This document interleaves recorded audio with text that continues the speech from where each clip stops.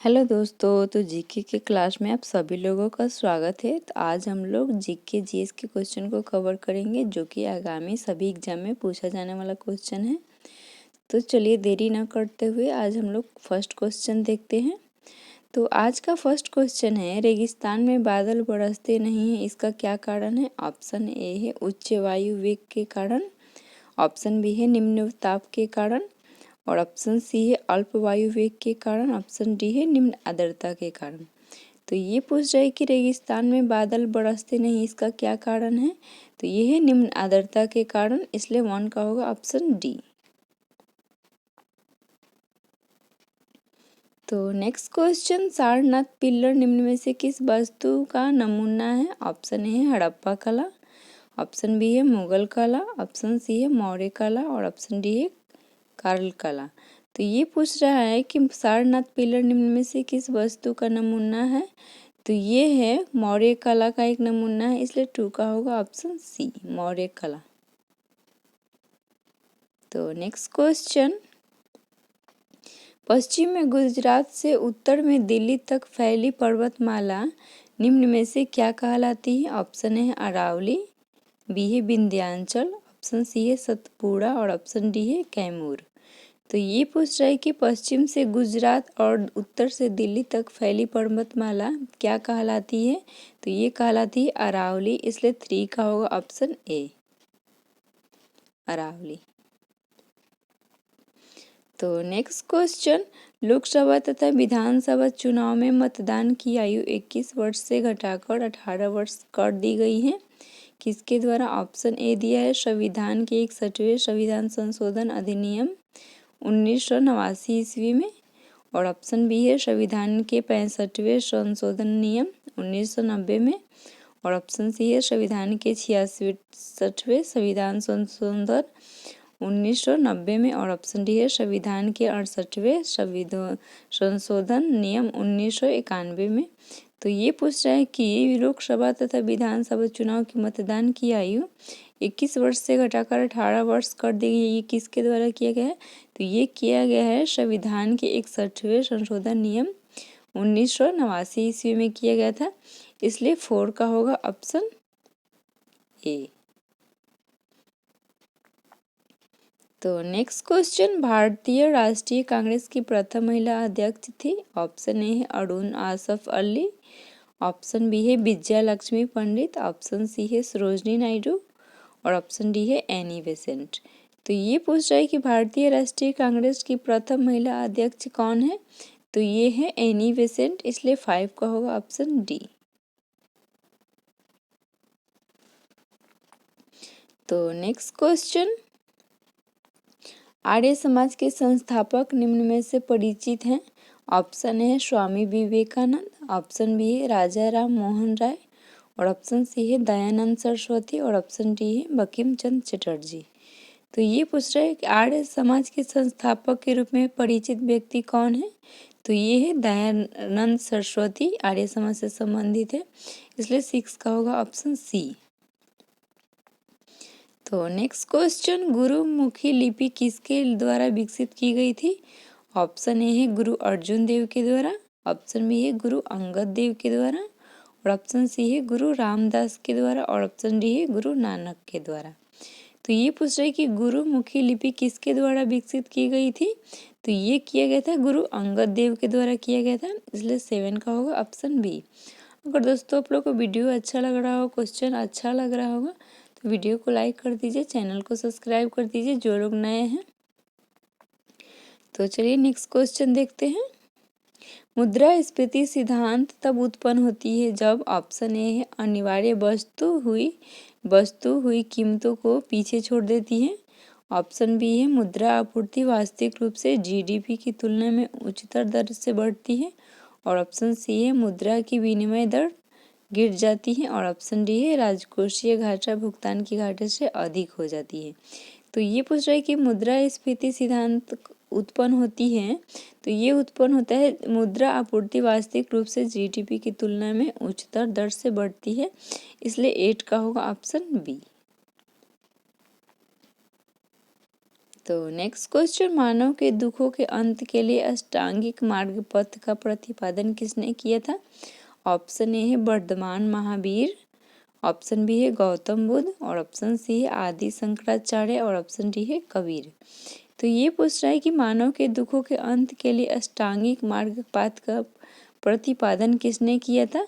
तो ये किया था गौतम बुद्ध ने, इसलिए 9 का होगा ऑप्शन बी, गौतम बुद्ध ने किया था।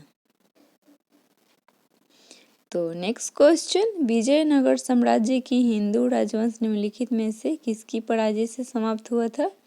ऑप्शन ए है कृष्णदेव राय, ऑप्शन बी है राम राय, और ऑप्शन सी है हरिहर राय, और ऑप्शन डी है बुक्का राय। तो ये पूछ रहा है कि विजयनगर साम्राज्य का हिंदू राजवंश निम्नलिखित में से किसकी पराजय से समाप्त हुआ था? तो ये समाप्त हुआ था राम राय के शासनकाल में, इसलिए 10 का होगा ऑप्शन बी। तो नेक्स्ट क्वेश्चन, एमनेस्टी इंटरनेशनल का मुख्यालय कहाँ स्थित है? ऑप्शन ए है लंदन, ऑप्शन बी है जिनेवा, और ऑप्शन सी है न्यूयॉर्क, और ऑप्शन डी है पेरिस। तो ये पूछ रहा है कि एमनेस्टी इंटरनेशनल का मुख्यालय कहाँ स्थित है? तो ये लंदन में स्थित है, इसलिए 11 का होगा ऑप्शन ए। तो नेक्स्ट क्वेश्चन, मैगी नोट रेखा किन दो देशों के मध्य स्थित है? ऑप्शन है नामीबिया और अंगोला, और ऑप्शन बी है यूएसए और कनाडा, ऑप्शन सी है फ्रांस और जर्मनी, और ऑप्शन डी है जर्मनी और पोलैंड। तो ये पूछ रहा है कि मैगी नोट रेखा किन दो देशों के मध्य स्थित है? तो ये फ्रांस और जर्मनी के मध्य स्थित है, इसलिए 12 का होगा ऑप्शन सी। तो नेक्स्ट क्वेश्चन, टाइफून नामक चक्रवात से निम्नलिखित में से कौन सा क्षेत्र प्रभावित होता है? ऑप्शन ए है ऑस्ट्रेलिया, ऑप्शन बी है पश्चिम द्वीप समूह क्षेत्र, और ऑप्शन सी है चीन सागर, ऑप्शन डी है उपयुक्त में से सभी। तो ये पूछ रहा है टाइफून नामक चक्रवात निम्नलिखित में से किस क्षेत्र से प्रभावित होता है? तो ये चीन सागर से प्रभावित होता है, इसलिए 13 का होगा ऑप्शन सी, चीन सागर। तो नेक्स्ट क्वेश्चन, निम्नलिखित में से कौन सी अस्थायी पवनों का उदाहरण है? ऑप्शन ए है मानसून, ऑप्शन बी है व्यापारिक पवन, ऑप्शन सी है घाटी और पर्वत समीर, और ऑप्शन डी है सागरीय और स्थल समीर। तो ये पूछ रहा है कि निम्नलिखित में से कौन अस्थायी पवनों का उदाहरण है? तो ये है व्यापारिक पवन, जो कि अस्थायी पवन का उदाहरण है, इसलिए 14 का होगा ऑप्शन बी। तो नेक्स्ट क्वेश्चन, इनमें से कौन रणथंभौर से संबंधित है? ऑप्शन ए है एक मुगल महल, ऑप्शन बी है एक राजपूत दुर्ग है, ऑप्शन सी है खिलजियों की राजधानी, या ऑप्शन डी है बौद्ध की तीर्थ यात्रा का केंद्र। तो ये पूछ रहे कि इनमें से कौन रणथंभौर से संबंधित है? तो ये एक राजपूत दुर्ग है, जो कि रणथंभौर से संबंधित है, इसलिए 15 का होगा ऑप्शन बी। तो नेक्स्ट क्वेश्चन, निम्नलिखित में से कौन सा हार्मोन स्तन ग्रंथियों को दूध के स्राव में भूमिका निभाता है? ऑप्शन है एड्रिनलिन, ऑप्शन बी है थायरोक्सिन, और ऑप्शन सी है प्रोजेस्टेरोन, और ऑप्शन डी है ऑक्सीटोसिन। तो ये पूछ रहा है कि इनमें से कौन सा हार्मोन स्तन ग्रंथियों के दूध का स्राव होने में भूमिका निभाता है? तो ये निभाता है ऑक्सीटोसिन। इसमें टाइपिंग में एरर हुआ है थोड़ा सा, इसमें ऑक्सीटोसिन होगा यहाँ पे, इसलिए 16 का होगा ऑप्शन डी, ऑक्सीटोसिन। तो नेक्स्ट क्वेश्चन, वनस्पति तेल से वनस्पति घी बनाने में प्रयुक्त होने वाली गैस है? ऑप्शन ए है हाइड्रोजन, ऑप्शन बी है ऑक्सीजन, ऑप्शन सी है नाइट्रोजन, और ऑप्शन डी है कार्बन डाइऑक्साइड। तो ये पूछ रहा है कि वनस्पति तेल से वनस्पति घी बनाने में प्रयुक्त होने वाली गैस कौन सी है? तो ये है हाइड्रोजन, इसलिए 17 का होगा ऑप्शन ए। तो नेक्स्ट क्वेश्चन, मानव शरीर में सबसे अधिक प्रचुर मात्रा में कौन सा तत्व पाया जाता है? ऑप्शन ए है कार्बन, कैल्शियम, नाइट्रोजन, और ऑप्शन डी है ऑक्सीजन। तो ये पूछ रहा है कि मानव शरीर में सबसे अधिक प्रचुर मात्रा में कौन सा तत्व पाया जाता है? तो ये पाया जाता है ऑक्सीजन, इसलिए 18 का होगा ऑप्शन डी। तो नेक्स्ट क्वेश्चन, किस प्रकार की मिट्टी में कार्बनिक पदार्थ की अधिकता होती है? ऑप्शन ए है काली मिट्टी में, ऑप्शन बी है जलोढ़ मिट्टी में, ऑप्शन सी है लेटेराइट मिट्टी में और ऑप्शन डी है लाल मिट्टी में। तो ये पूछ रहे कि किस प्रकार की मिट्टी में कार्बनिक पदार्थ की अधिकता होती है। तो ये होता है काली मिट्टी में, इसलिए 19 का होगा ऑप्शन ए। तो नेक्स्ट क्वेश्चन, किस प्रकार की फसल के लिए पानी की अधिकता की आवश्यकता होती है लेकिन जमाव की नहीं। ऑप्शन ए है धान, ऑप्शन बी है जूट, ऑप्शन सी है चाय और ऑप्शन डी है मूंगफली। तो ये पूछ रहा है कि किस प्रकार की फसल के लिए पानी की अधिकता की आवश्यकता होती है लेकिन जमाव की नहीं। तो ये चाय के लिए होता है, इसलिए 20 का होगा ऑप्शन सी, चाय। तो नेक्स्ट क्वेश्चन, मौलिक कर्तव्य को संविधान में सम्मिलित किया गया है, इसका प्रयोजन क्या है। ऑप्शन ए है मौलिक अधिकारों का दुरुपयोग पर रोक लगाना, ऑप्शन बी है मौलिक अधिकारों को और अधिक सार्थक बनाना, ऑप्शन सी है विनाशक और संवैधानिक गतिविधियों को नियंत्रित करना, ऑप्शन डी है कार्यपालिका की बढ़ती शक्ति को नियंत्रण में रखना। तो ये पूछ रहा है कि मौलिक कर्तव्य को संविधान में सम्मिलित किया गया, इसका प्रयोजन क्या है। तो ये है मौलिक अधिकारों को और अधिक सार्थक बनाना, इसलिए 21 का होगा ऑप्शन बी, मौलिक अधिकारों को और अधिक सार्थक बनाना। तो नेक्स्ट क्वेश्चन, राष्ट्रपति का अभिभाषण तैयार किया जाता है। ऑप्शन ए है राष्ट्रपति के विशेष सचिव द्वारा, ऑप्शन बी है संसदीय मामलों के मंत्री द्वारा, ऑप्शन सी है लोकसभा के स्पीकर और राज्यसभा के सभापति के संयुक्त रूप से, ऑप्शन डी है प्रधानमंत्री और उसके मंत्रिमंडल द्वारा। तो ये पूछ रहा है कि राष्ट्रपति का भी भाषण तैयार किया जाता है, तो ये किया जाता है प्रधानमंत्री और उसके मंत्रिमंडल द्वारा, इसलिए 22 का होगा ऑप्शन डी। तो नेक्स्ट क्वेश्चन, इनमें से कौन टर्की की राजधानी है। ऑप्शन ए है अंकारा, ऑप्शन बी है अमान, ऑप्शन सी है तेहरान और ऑप्शन डी है बेरूत। तो ये पूछ रहे कि इनमें से कौन टर्की का राजधानी है। तो ये है अंकारा, इसलिए 23 का होगा ऑप्शन ए, अंकारा, जो कि टर्की का राजधानी है।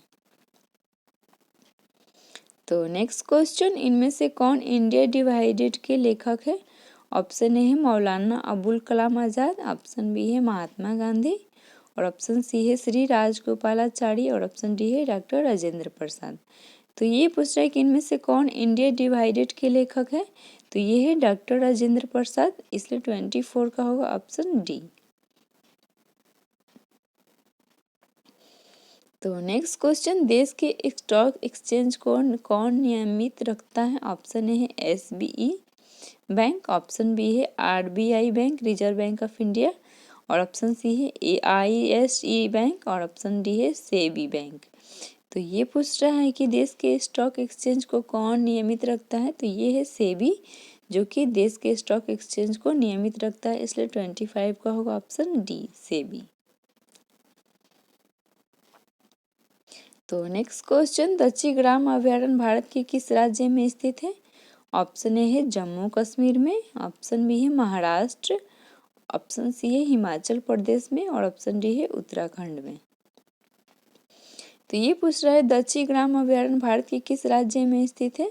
तो ये स्थित है जम्मू कश्मीर में, इसलिए 26 का होगा ऑप्शन ए। तो नेक्स्ट क्वेश्चन, वियना ऑस्ट्रिया किस नदी के किनारे बसा है। ऑप्शन ए है डेन्यूब, ऑप्शन बी है टाइबर, ऑप्शन सी है टेम्स और ऑप्शन डी है हडसन। तो ये पूछ रहा है कि वियना ऑस्ट्रिया किस नदी के किनारे बसा हुआ है। तो ये है डेन्यूब नदी के किनारे बसा हुआ है, इसलिए 27 का होगा ऑप्शन ए। तो नेक्स्ट क्वेश्चन, औद्योगिक विज्ञान अनुसंधान केंद्र कहाँ स्थित है। ऑप्शन ए है देहरादून उत्तराखंड में, ऑप्शन बी है लखनऊ उत्तर प्रदेश में, ऑप्शन सी है नागपुर महाराष्ट्र में और ऑप्शन डी है मैसूर कर्नाटक में। तो ये पूछ रहा है कि औद्योगिक विज्ञान अनुसंधान केंद्र कहाँ स्थित है। तो ये स्थित है लखनऊ उत्तर प्रदेश में, इसलिए 28 का होगा ऑप्शन बी, लखनऊ उत्तर प्रदेश में औद्योगिक विज्ञान अनुसंधान केंद्र स्थित है। तो नेक्स्ट क्वेश्चन, संयुक्त राष्ट्र संघ का 193वां सदस्य है। ऑप्शन ए है स्विट्जरलैंड, ऑप्शन बी है दक्षिण सूडान और ऑप्शन सी है स्वाजीलैंड और ऑप्शन डी है ताइवान। तो ये पूछ रहा है कि संयुक्त राष्ट्र संघ का 193वां सदस्य कौन है इसमें से, तो ये है दक्षिण सूडान, इसलिए 29 का होगा ऑप्शन बी।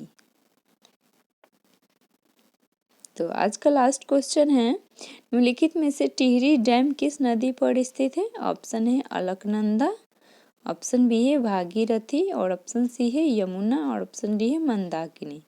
तो ये पूछ रहा है कि निम्न में से कौन टिहरी डैम किस नदी पर स्थित है, तो ये स्थित है भागीरथी नदी पे, इसलिए 13 का होगा ऑप्शन बी भागीरथी नदी। अगर दोस्तों आप लोग को वीडियो अच्छा लगा हो तो चैनल को सब्सक्राइब कर दीजिए, वीडियो को लाइक कर दीजिए ताकि नेक्स्ट वीडियो अब तक जल्द ही पहुंच पाए। तो चलिए फिर मिलते हैं नेक्स्ट वीडियो में, तब तक के लिए टेक केयर, जय हिंद जय भारत।